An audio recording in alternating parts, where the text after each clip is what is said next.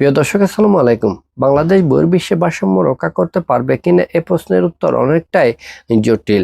তবে বিগত সরকারের সময়ে আমরা দেখেছি ওই সরকার বহির্বিশ্বের সাথে ভারসাম্যপূর্ণ সম্পর্ক বজায় রেখে সামনের দিকে এগিয়ে গিয়েছিল।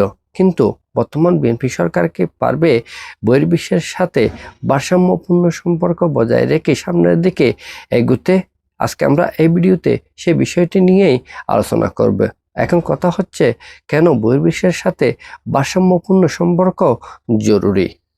বাংলাদেশ বর্তমানে একাধিক শক্তির সঙ্গে সম্পর্ক বজায় রেখে সামনের দিকে এগোনোর জন্য চেষ্টা করছে। এক, ভারত। ভারত বাংলাদেশের প্রতিবেশী হওয়ায় এবং দ্বিপাক্ষিক বাণিজ্যের জন্য অত্যন্ত গুরুত্বপূর্ণ। দুই, চীন। চীন বাংলাদেশের অবকাঠামোগত উন্নয়ন এবং বিনিয়োগের জন্য গুরুত্বপূর্ণ। তিন, যুক্তরাষ্ট্র। যুক্তরাষ্ট্র বাংলাদেশের রপ্তানি, বিশেষ করে পোশাক খাতের জন্য অত্যন্ত গুরুত্বপূর্ণ। চার, রাশিয়া।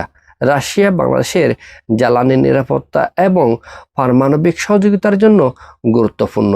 বর্তমানে এই সমস্ত শক্তিগুলোর মধ্যে বাংলাদেশকে নিয়ে প্রতিযোগিতা বাড়ছে। যদি বাংলাদেশ এই সমস্ত শক্তির কোনো একটির দিকে ঝুঁকে পড়ে, তা হবে বাংলাদেশের জন্য অত্যন্ত ঝুঁকিপূর্ণ।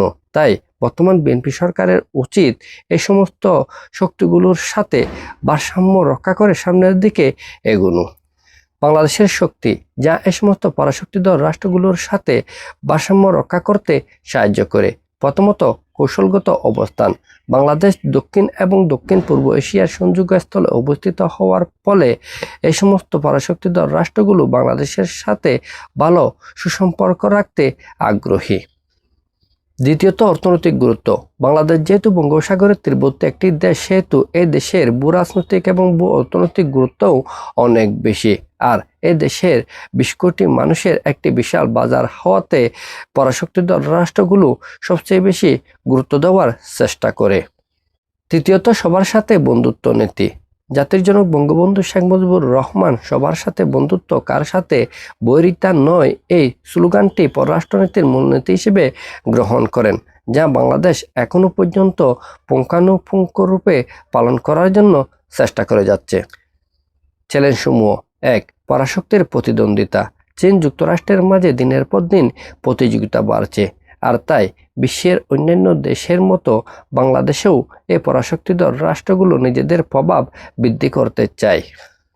দুই, ভূরাজনৈতিক চাপ। মার্কিন যুক্তরাষ্ট্র, অস্ট্রেলিয়া, জাপান এবং ভারতের যে ইন্দো প্যাসিফিক স্ট্র্যাটেজি রয়েছে, সেখানে তারা বাংলাদেশকে অন্তর্ভুক্ত করতে চায়। আবার চীন বাংলাদেশকে অন্তর্ভুক্ত করতে চায় তার বেল্ট অ্যান্ড রোড ইনিশিয়েটিভের মধ্যে।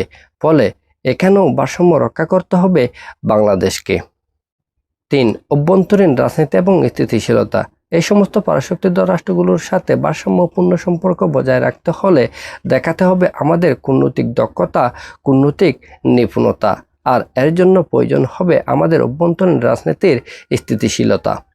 পরিশেষে বলা যায়, বাংলাদেশের সামনে সুযোগ আছে স্মার্ট ব্যালেন্সিং করার, কিন্তু সেটা নির্ভর করবে কূটনৈতিক দক্ষতা, অর্থনৈতিক শক্তি এবং রাজনৈতিক স্থিতিশীলতার উপর।